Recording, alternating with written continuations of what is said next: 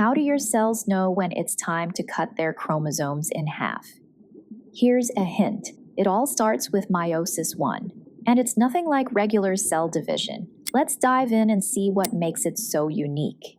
In this video, you'll learn how Meiosis I separates homologous chromosomes, what happens during its stages, and why it's called reductional division.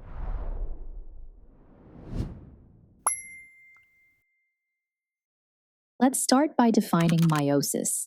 Meiosis is a special type of cell division that creates gametes, like sperm and egg cells. Unlike mitosis, which copies cells exactly, meiosis reduces the number of chromosomes by half. The first major step is Meiosis I. It's known as reductional division because it splits a diploid cell with two sets of chromosomes into haploid cells, each with just one set. This reduction keeps chromosome numbers stable from one generation to the next. Now, before we jump into the stages, let's review some key terms. Homologous chromosomes are pairs of similar chromosomes, one from each parent. Each chromosome is made up of two sister chromatids joined at a centromere.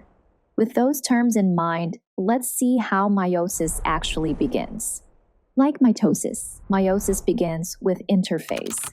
During this stage, the cell grows, copies its DNA, and prepares for division. By the end, the DNA is duplicated into sister chromatids. Now comes Prophase I. Here, homologous chromosomes pair up and exchange genetic material in a process called crossing over. As homologs pair, they form a tetrad, four chromatids joined together. This process, called synapsis, is essential for proper chromosome alignment. Next is Metaphase I. Tetrads line up in the middle of the cell. Each pair orients randomly. Some maternal chromosomes may face one side, others the opposite. This random orientation is the mechanism behind independent assortment, the principle that genes on different chromosomes are inherited independently. Together, crossing over and independent assortment generate genetic diversity, helping explain why siblings can inherit such different traits. We've now seen how Meiosis I shuffles genes, a major milestone for understanding variation. Let's pause and lock it in.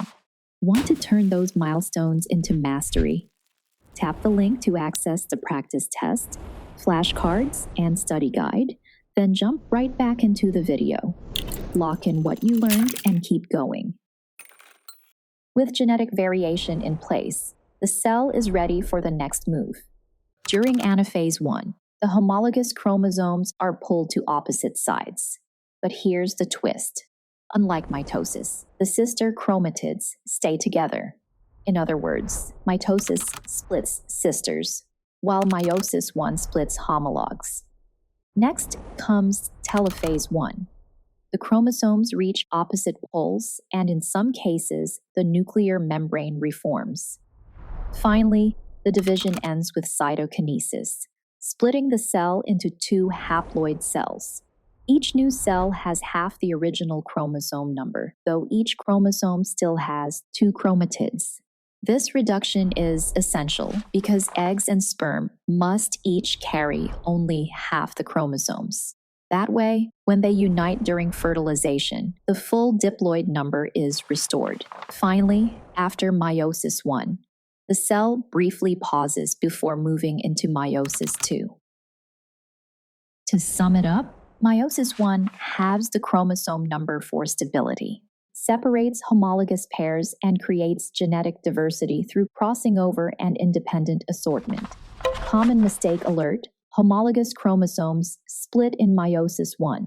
Sister chromatids don't separate until Meiosis II.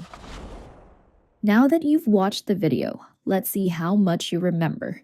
Head to the link in the description where you'll find Quizlet content made just for you.